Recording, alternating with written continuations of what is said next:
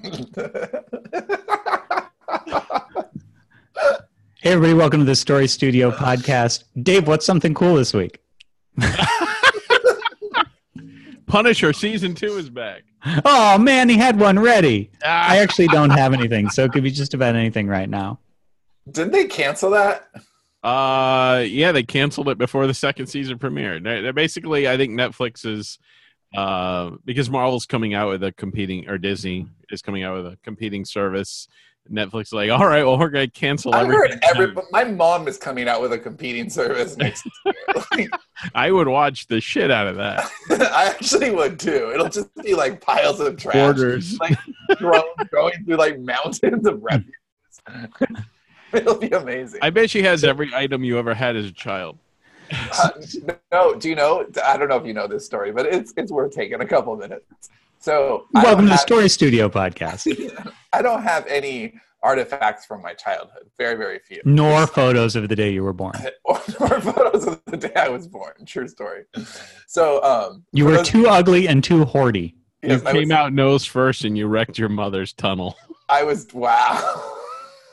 What is wrong with you? You imagine somebody, this is their first episode. I'm going to learn about stories. I hear there's a podcast. It's a story. Yeah, to break the fourth wall of the podcast a little bit. I swear Dave is going to have a heart attack. To break the fourth wall of the podcast a little bit, where the podcast has kind of an identity crisis right now because we have this podcast and then we have private podcasts for our Stone Table Mastermind group, and that's actually ending. And once that ends, then I imagine we're going to consolidate, have like one show to rule them all. We'll probably do away with worst show ever, and this will be a little more raucous. No, I'm just saying, like it'll all be. You're thinking of what worst show ever will lose, but think of what the Story Studio will gain in terms of. And Dave, like less for you to do. You should. Well, that's true, right? This is my weekly therapy session. But we can't do it until we can't do all of that until the end of March. Like it just doesn't make any sense. And so right now it's kind of this podcast has an identity crisis. Not that it doesn't have occasional moments of good. I was listening to the episode. I ran out of stuff to listen to. What was the one that we just did? We did a 10,000 hours one, and we did one on I don't remember. There's something else, and they were good. And I was like, oh, okay, this is actually kind of good. We're learning about. That was really informative. Well, it was. The 10,000 hours one was good. We do have episodes of value every now and again. Every now and again we do. I am sort of curious to see, because we operate in a vacuum now. We don't broadcast live. We don't get the interaction like even with email and stuff that we used to. I know we talked about this, but I am down for going live again once we're down to I think we need that energy back, and once we know what this show is and once we settle in. There's a whole bunch of guests too that I think that come April we're going to want to invite, like people that we're working with I can think of several people right now that we're working with in LA that would be really fun to have on. And that just kind of lets the formality and the guard down on the show a little bit and lets it be more fun and more like insider. What it was in 2012, 2013. Like that's. Yes. There's not even a new show. It's the old show. Right. We're just getting back to it. But we back then we had one show and then two, but it's different than the 9 or whatever. It's just so much. Which is why we're having show openers like the one that we just had. But we were going to do this show about knowing that how to know you're in the right genre. Okay, so let's get people engaged first, Sean. Why does it matter?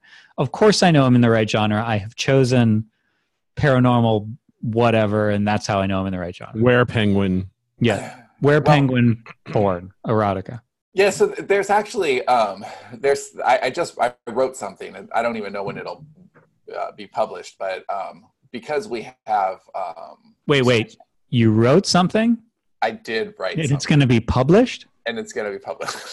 Some people get a pat on the back for that. Okay, well, Hero Parade? This is not Hero Parade worthy.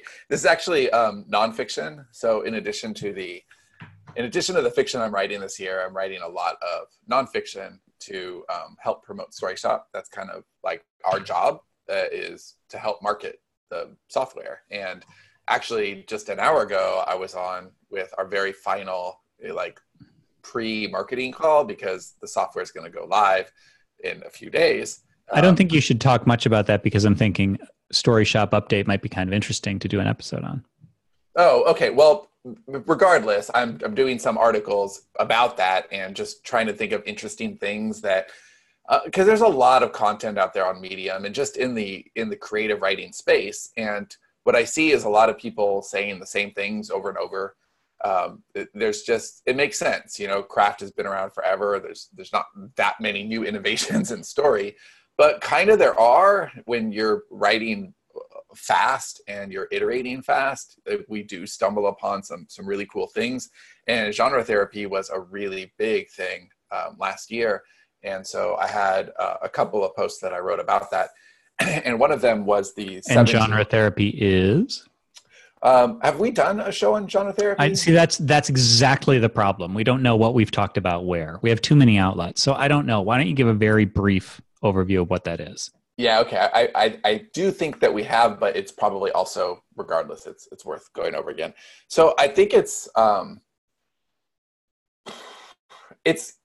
kind of like acknowledging that you want to be a commercial author, meaning you want to make money for your writing. So this isn't for anybody who wants to write something really precious or a memoir or like a cookbook. Like that's not really it. But if you're writing commercial fiction, meaning you want a lot of readers, really as much as you could possibly get for your story, and you don't want to sacrifice the quality of your work. So basically you want to sell big without selling out, right? If you want to sell big without selling out, then you kind of want to find that intersection where you can write something really fast that's just kind of suited to you, that it's the kind of story that people are looking to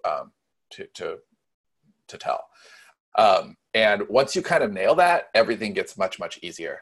So I won't use any pen names on here, but we actually had somebody who just finished her latest book the day before yesterday.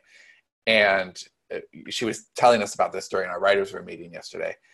And won't it be nice when we have the one podcast to rule them all and we can stop saying there was this person that I won't mention writing a book that I can't name? Yes, I will be very excited for that day. But she was writing and had finished, and she was saying, "Oh, that was just like that was the most painless I've ever had writing. Like I just kind of went straight through it, and I feel like the book is really good, and it happened really fast."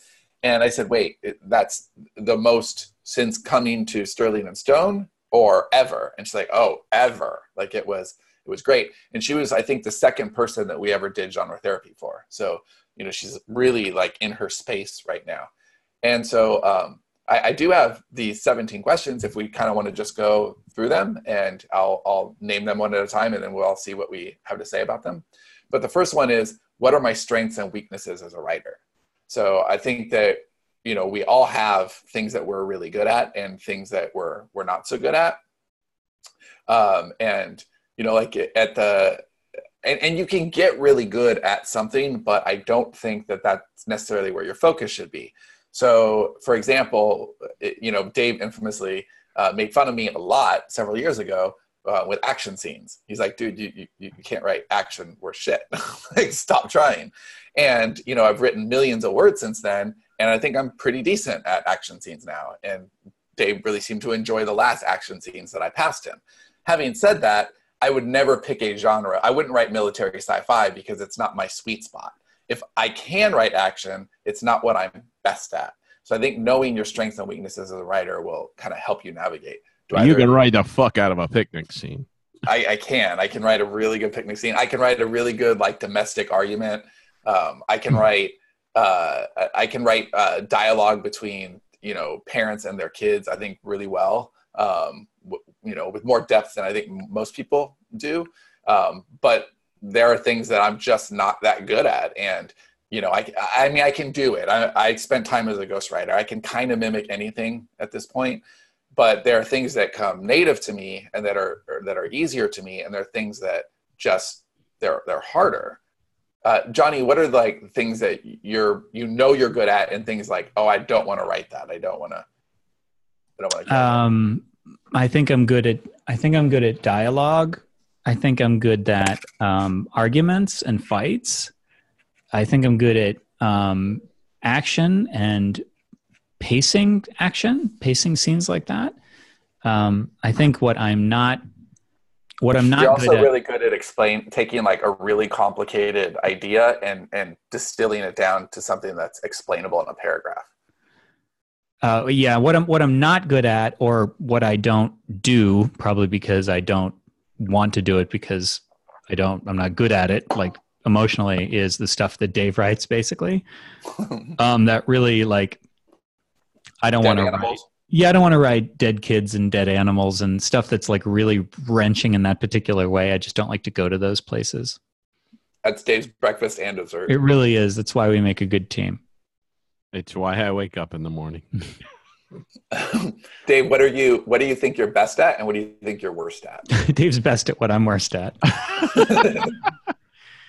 I think I'm best at getting inside characters' heads, writing different kinds of characters, making their inner worlds like kind of come to the page.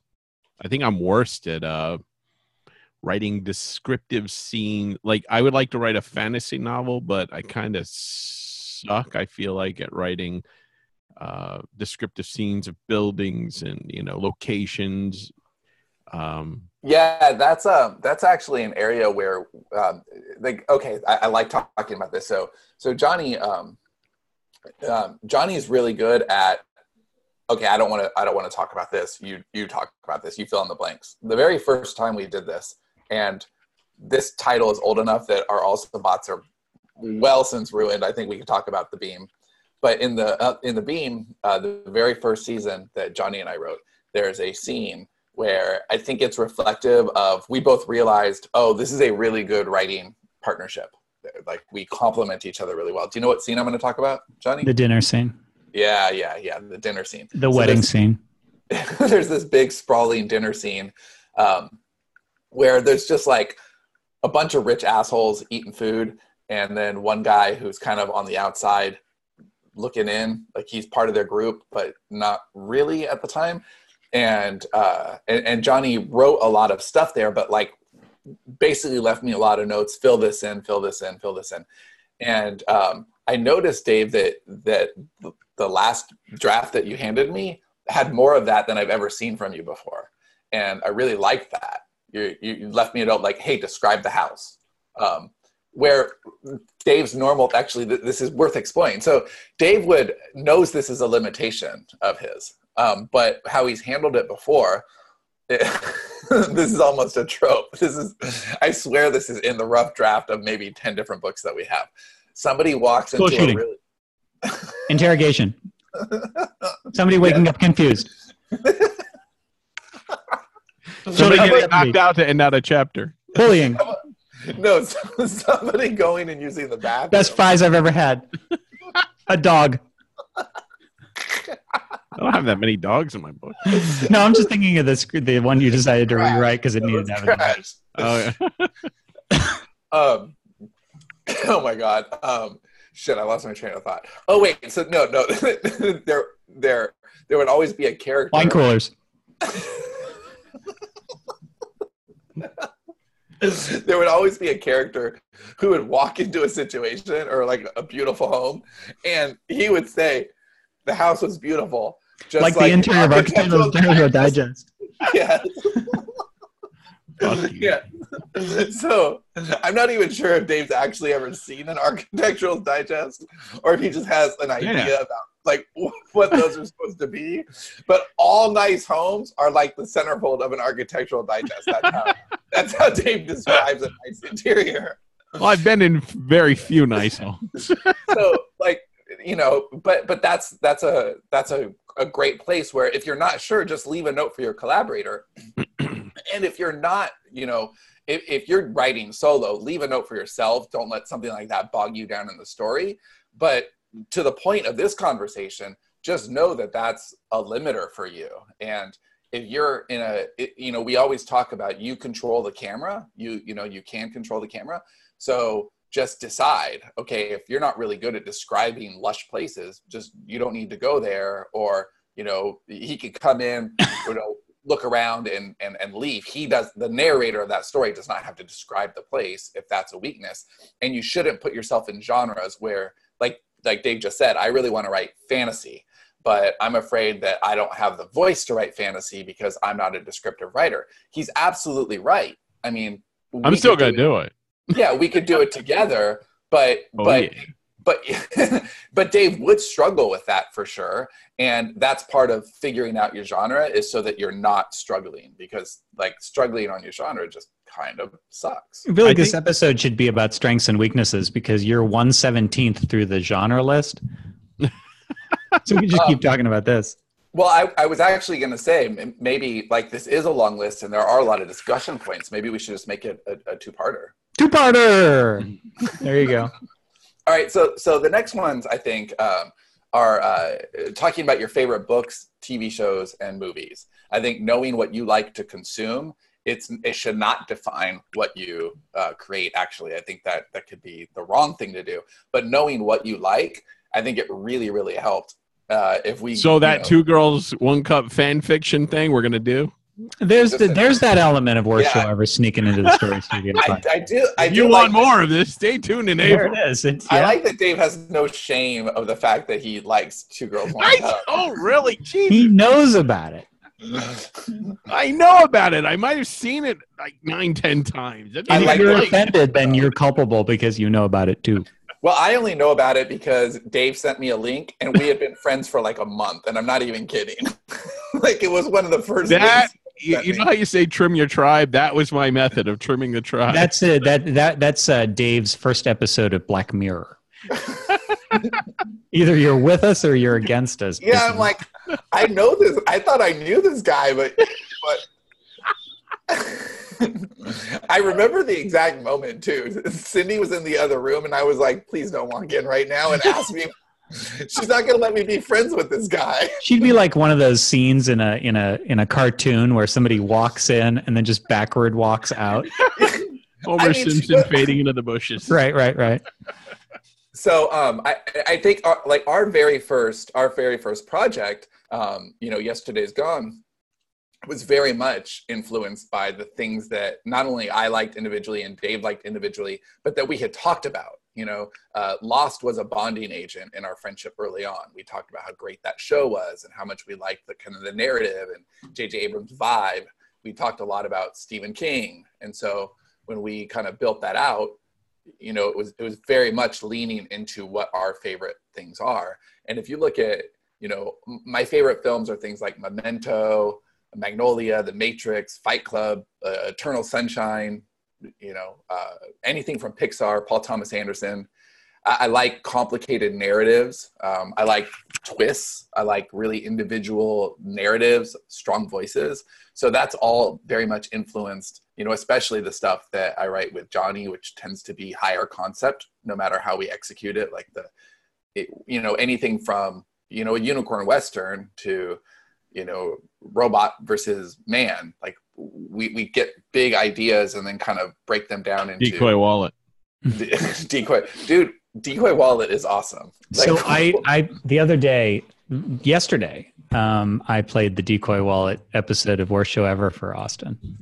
He's getting the best of. He's in the middle of the Fancy Panera Man right now. But there you go, Decoy Wallet reference. Oh, Fancy Panera Man is a good one.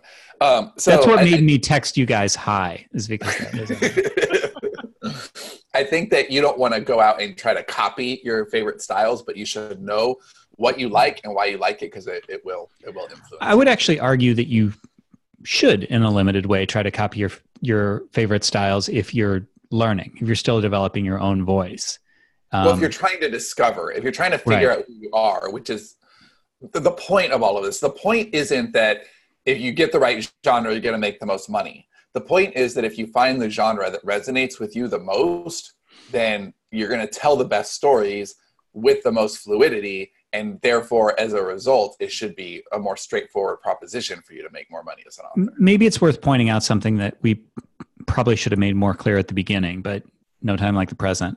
And that is that deciding whether or not you're in the right genre is not a straightforward thing.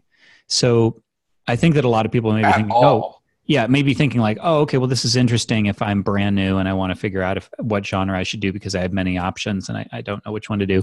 What we see happen a lot is that people are already in a genre, believe it is the right genre for them, and would never consider that maybe they're writing in the wrong genre.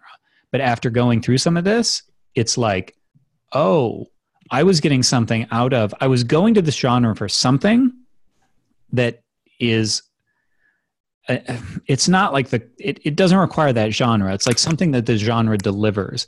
So one example that we had was the banter. The birth of genre therapy was actually that we had a writer who was writing like dark. She was writing romance, right? Because she liked the banter, but it was more like X-Files banter, and so she should have been writing like darker stuff or supernatural stuff with the same banter, but she didn't know that, and we've run into that a lot where people are writing. There was somebody who made a dramatic shift, the most dramatic I've seen, from really dark, pessimistic Dave type stuff to middle grade, and it was. I had a call with her just a couple days ago, actually, and she had no idea. She was like, "Well, this is what I." And to your point earlier, a contradictory point. Actually, what she consumed was the dark stuff, right? Like, so these are my favorite things are all murder mysteries. But they didn't make her happy. They didn't like, and that's actually the next one. So if neither of you have anything to add onto that, I'll just go to the next one, which is, what do you have fun writing? And that's something we see a lot of people shy away from because what they have fun writing isn't necessarily profitable. And what we've seen is a lot of authors go to romance. And they don't necessarily like writing romance, but that is, quote unquote, the profitable genre. So they end up writing romance. And even if they're successful, they end up burning out because they're not really happy doing it. And we actually know people who actively don't like romance and just write it mercenary. They're just like, well, I don't even, or they're just like, they have no respect for it. Like, oh, I just think these stories are stupid, but it's profitable, so I'm going to go here. Like, we see that. Yeah. If you go to... There's a trilogy that we wrote, Johnny and I, that we did not have fun writing. It was written while Johnny was moving, and there was just a lot of like company heavy lifting we were doing, and like he didn't have fun writing it. And you can tell, like you can tell that, okay, that's a book that we didn't have nearly as much fun writing, and it shows in the work, it shows in the sales. The book I think that Dave was most miserable writing is the infamous one with the dead baby on Christmas, which isn't even. You'd think that would be more fun. No, it was never finished. It's just like it never will be finished. He treats that like an angry cat that like shits on your bed because it's upset with you.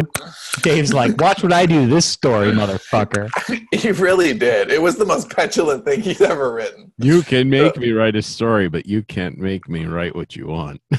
Yeah, I think that fun is a really big ingredient, and I think that and fun is also subjective. I think that's worth pointing out. I think that you can be on the edge, thrill a minute sort of fun, like it doesn't feel like fun. You're not at Disney World, but it's exciting. Oh, yeah, no, I just wrote something. I finished something about a week ago, and am on the second fiction piece of this year.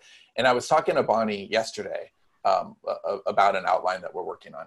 And I was telling her about the difference between these two books. And I said, there's nothing wrong with the thing I'm writing now. It's fun. It's good. I'm having a good time. But that last book was just really fun.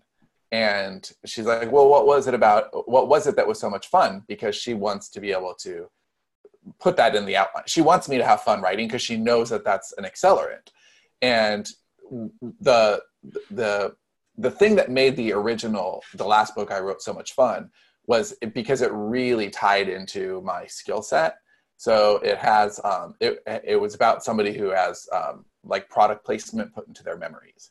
And so I got to make up a bunch of like fake ad copy that had to be into their like conversation. And that was fun. Like it was fun to use all of my skills as a copywriter, not to write sales copy, which I never want to do again, but to make the reader feel very uncomfortable with the way this guy was being manipulated.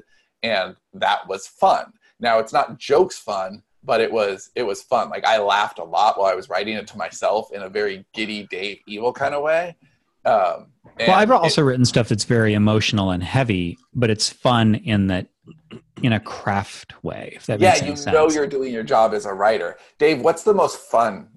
Oh, actually, Dave, this isn't even me busting on you. I'm actually curious. Have you ever had fun writing? Yes, I think. What did you have fun writing? I'm curious. Yeah, what's the most fun that you've had?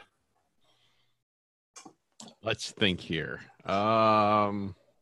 Was actually, Yesterday's going Gone back fun? to Yesterday's Gone. Yes, going back to Yesterday's Gone, before we had even one reader, Dave had fun. Back in the day when we were like, I was in California and we were having these story meetings while I was walking the boardwalk, and we were just making up like, okay, we're going to have post-apocalyptic and sandbox. And Dave seemed to be having a lot of fun back then. I have fun writing short stories. I had fun with a book that you are currently or just finished editing of mine. But then I got in my head a little bit. But I had fun through most of it. There were parts that were harder. I think the longer the book is, the more the series is. And the tighter the deadline, the less fun I have, because then it feels more like pressure and work than creative. I can relate to some of this right now. Deep into a series, pressure. Mm-hmm. Yeah. And, okay. I'm gonna fucking name it anyway. I know you don't want to name names, but the No Justice series, like I had fun writing like the first few books on that, maybe even all of them. Okay, that I like hearing that, because that makes sense to me. What I'm hearing from you then, and this is something probably a lot of writers can relate to, is just that it's the pressure. The pressure makes things not fun for you. Like as soon as there's a pressure to perform either financially or for a deadline or for a fan base, or in the bedroom even. Yeah. No, I totally get that. Yeah. Okay. Or peeing in a public restroom. I get anxious. If you have the periscope. Okay, so or the next periscope as it is. What do reviews say about my writing? So this isn't like you are a maggot crawling out of a trash can. Festering maggot, I think. You know what's funny is I think that line is actually in the Medium article. So it clearly has stuck with me. It reminds me of that on the back of one of Tucker Max's books where he's got all his hate. Yeah, and he says, Tucker Max has convinced me that there is no God. No one. So I think that reviews can be enlightening, not if they're like, oh, you need an editor, right? Or something like that. That's not really what I mean. But let's say you write historical fiction and you aren't somebody who really likes to do a lot of research. And so your book it reads false, right? Just add unicorns to it.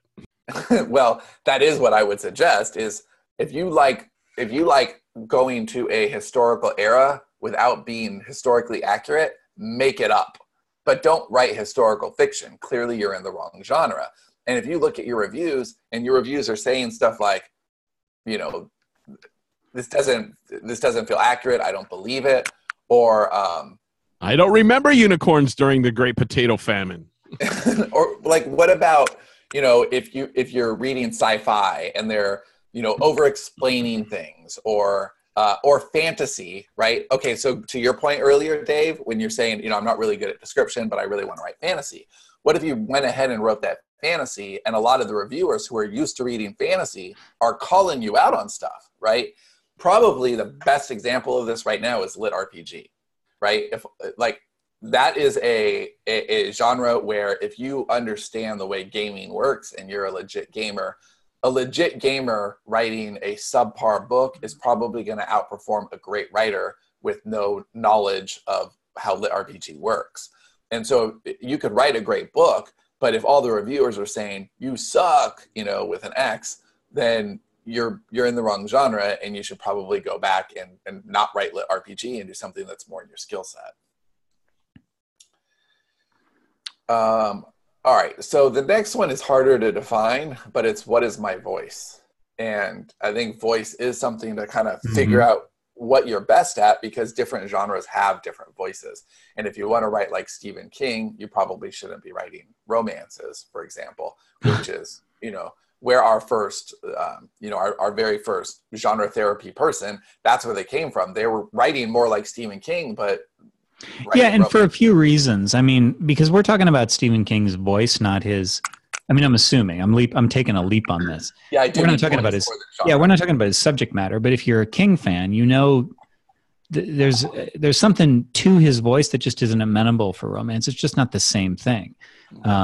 It's very internal. He goes off on what are, strictly speaking, side tangents. Like I remember in The Regulators in the beginning, there's a character who she's having an affair, and she's having all these thoughts about like her husband's going to find out, and like she forgot to put her underwear back on, and it's this whole thing, and then she dies immediately. Like it wasn't relevant at all. Like we didn't need her backstory. It's not like her husband, his finding out about her affair is relevant to the story.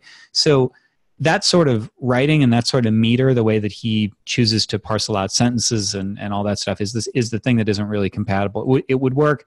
Stephen King's voice would work with, obviously, his style of horror suspense, but not thriller. Like Stephen King shouldn't be writing thriller. It's not snappy enough. It's too slow. It's too thoughtful. Yeah, it takes its time. I mean, even when he wrote, like the Mr. Mercedes trilogy is a little bit more thriller-esque, but it's very much like Stephen King writes a thriller. If it was supposed to succeed on its own as a thriller without his name attached to it, I don't think it would have fared as well. Stephen King has transcended that. He can write something like Lissy's Story, or like he can be outside of his genre because he's kind of peerless in that way. Stephen fucking King. Yeah, right. But I think you do need to know your voice. Can you imagine like Chuck Palahniuk trying to write like, I don't know, women's lit or something? Like you kind of have to know who you are as an author, because you're going to broadcast a certain emotion. Are you a masculine writer? Are you a feminine writer? I mean, despite, like I'm a dude, but I do have a more feminine voice when like left to my own devices. I do. I'm a little more colorful. I'm a little more descriptive, and that's just part of my personality. But I have to know that and not write something like really dry and gritty. I think it actually really works in my relationship with Dave because his stuff can be blunt. And so softening that a little bit helps, it helps make a better story and a better story experience.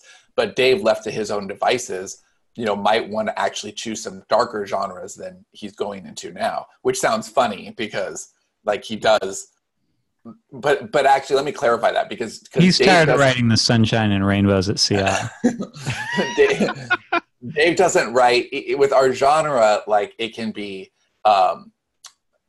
tonally, he can be dark within the stories that we're telling, but our genre itself isn't very dark. If you take something like, White Space or even Yesterday's Gone, it's not the genre itself that's dark. It's that there's characters like Mauricio doing dark things, or there's certain things within those stories that happen that make them darker.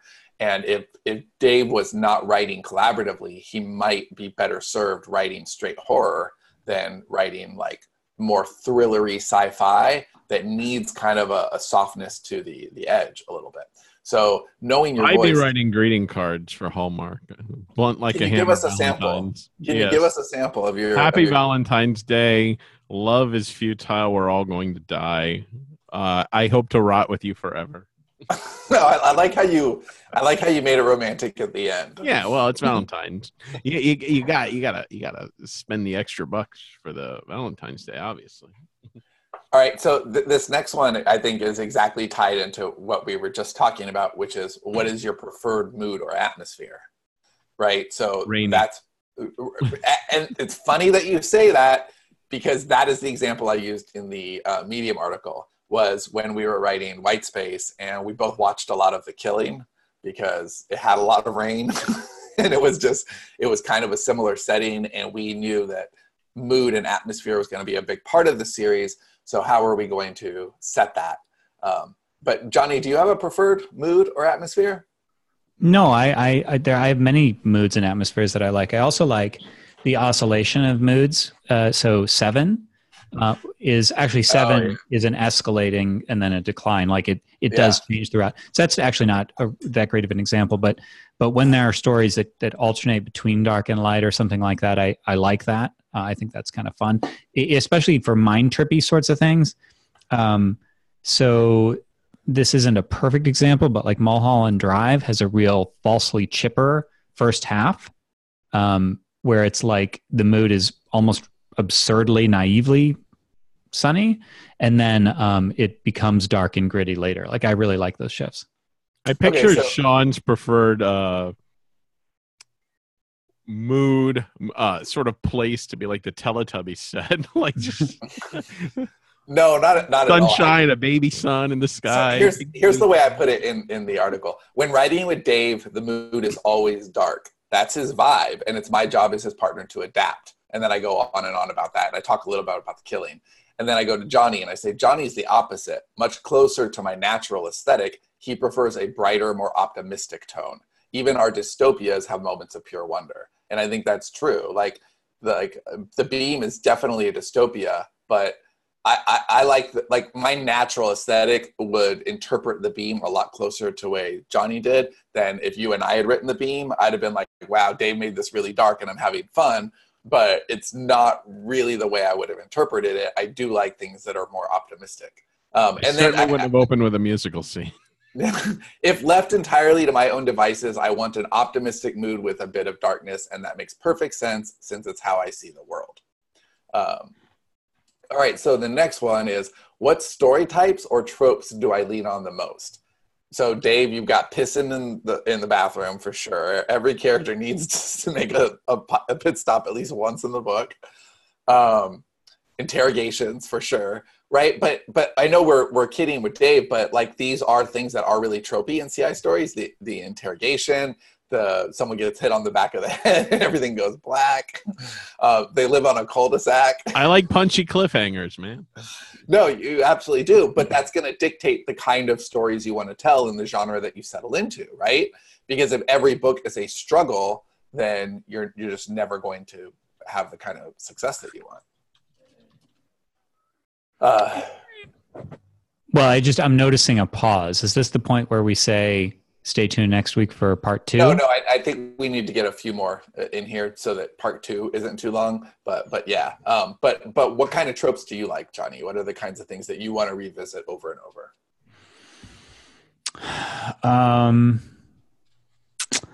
I don't know. I feel a little on the spot. We certainly have them. You would know as well as I do.